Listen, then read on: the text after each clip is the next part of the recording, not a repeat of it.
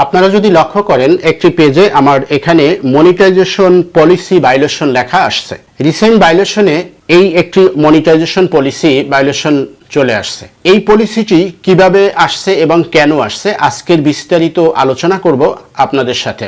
আজকের এই ভিডিওতে আমি এটি সমাধানও করার চেষ্টা করব কিভাবে আপনারা এই পলিসি মনিটাইজেশন পলিসি ভায়োলেশন আসলে আপনারা সেটিকে রিমুভ করবেন বা আবেদন করবেন, আবেদনের মাধ্যমে সমাধান করতে পারবেন।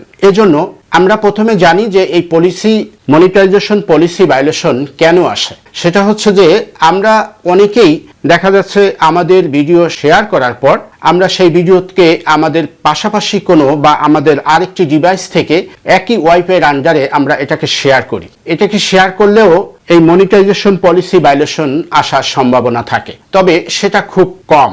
বেশি যেটা হয় সেটি হচ্ছে আমরা যখন ক্রিয়েটর স্টুডিও থেকে আমরা লং ভিডিওগুলো আপলোড করি এবং অনেক অপশন থেকেই যে লং ভিডিওগুলো আমরা আপলোড করে থাকি, এই লং ভিডিও আপলোড করার সময় আমরা ওই ভিডিওতে যে থাম্বনেল ইউজ করেছিলাম, ট্যাগ ইউজ করেছিলাম, শিরোনাম, ডিসক্রিপশন যেগুলো দিয়েছিলাম, আমরা এই লং ভিডিও আপলোড করার পর আমরা ওই ভিডিও থেকে আরেকটি শর্ট ভিডিও আপলোড করতে পারি। ক্রিয়েটর স্টুডিওতে এরকমই একটি অপশন আছে। সেই ক্রিয়েটর স্টুডিও থেকে যখন আপনি লং ভিডিওটি আপলোড করা হয়ে যায় তখন ক্রিয়েটর স্টুডিও অটোমেটিকলি আপনাকে কিন্তু শর্ট ভিডিও আপলোড করার একটি বা রিলস ভিডিও আপলোড করার একটি সাজেশন করছে। এই যখন আপনি এই রিলস ভিডিও আপলোড করতে যান তখন কিন্তু আপনি চাইলে আপনার ওই লং ভিডিওতে যে শিরোনাম এবং ট্যাগ এবং ডিসক্রিপশন ব্যবহার করেছিলেন আপনি কিন্তু এই রিলস ভিডিওর ক্ষেত্রে আপনি এর বিন্দুমাত্র কোনো কিছু কপি করতে পারবেন না। আপনার একই পেজে আপনার অরিজিনাল আপনার ভিডিও, তারপরও আপনি একাধারে দুইটি ভিডিওতে একই ট্যাগ এবং হ্যাশট্যাগ বা শিরোনাম ইউজ করতে পারবেন না। তাহলে আপনার পেজে তাৎক্ষণিকভাবে মনিটাইজেশন পলিসি ভায়োলেশন লেখা চলে আসবে।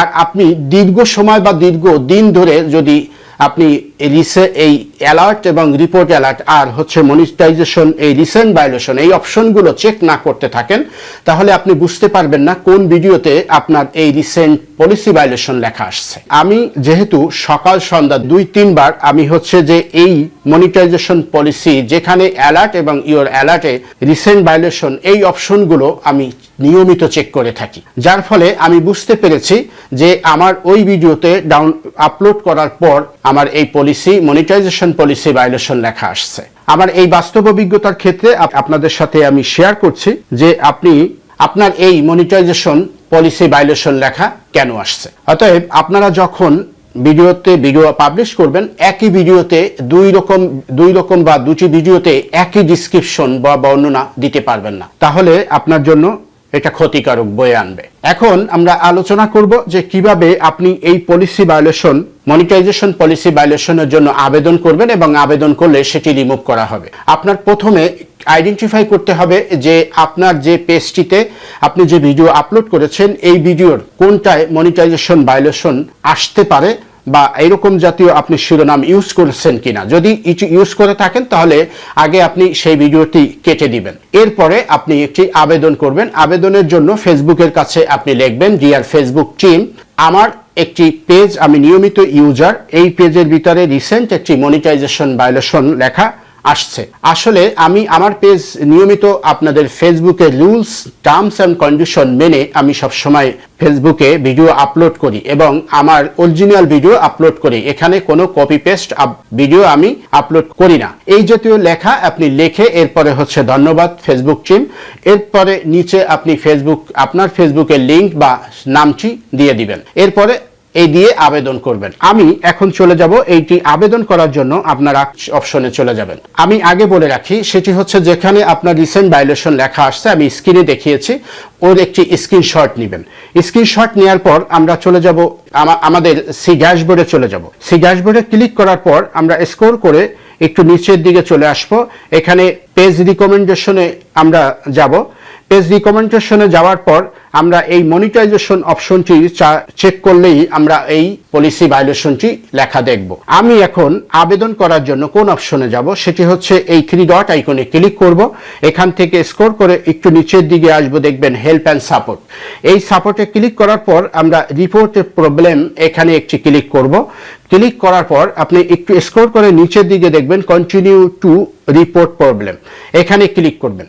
একটু অপেক্ষা করব, এভাবে একটি ইন্টারফেস আসবে, দেখতে পাচ্ছেন এখানে ইনক্লুড, এখানে ক্লিক করবেন। এই ক্লিকের পর আপনি স্ক্রল করে আপনার যেহেতু পেজের সমস্যা, আমার পেজের সমস্যা, আমি পেজটাকে সিলেক্ট করব। আপনার যদি প্রোফাইলের সমস্যা থাকে আপনি প্রোফাইলটি সিলেক্ট করবেন। আমি এখানে পেজকে চুজ করে নিয়েছি। পেজ চুজ করে নেওয়ার পর আপনি এভাবে একটি পপ আপ মেনু বা উইন্ডো ওপেন হবে। এখান থেকে দেখবেন পূর্বে থেকে একটি অ্যাটাচমেন্ট ডিফল্ট হিসাবে একটি স্ক্রিনশট দেওয়া আছে, আপনি এটাকে কেটে দিবেন।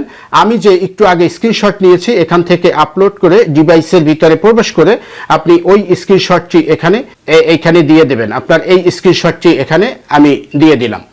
স্ক্রিনশট দেওয়ার পর এরপরে হচ্ছে এই উপরে ডিসক্রিপশন বর্ণনা আছে, আমি যে বর্ণনাটি বলেছিলাম ইতিপূর্বে সেই বর্ণনাটি আপনি এখানে ইংলিশে লিখে এরপরে হচ্ছে বর্ণনাটি এখানে পেস্ট করে দিবেন।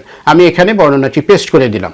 এখানে একটি আবেদন লেখা আছে, এই আবেদনটি আপনারা এভাবে লিখে নেবেন। আমি যেভাবে বলেছি আপনারা বাংলাকে ইংলিশ কনভার্ট করে এভাবে বলে নেবেন। এরপরে আপনি দেখতে পাচ্ছেন যে উপরে একটি আইকন আছে ডান পাশে, এই আইকন থেকে আপনারা এটাকে সাবমিট করে দেবেন। এটাকে সাবমিট করলে আপনার সাথে সাথে এই আবেদনটি ফেসবুকের কাছে রিভিউ হিসাবে যাবে।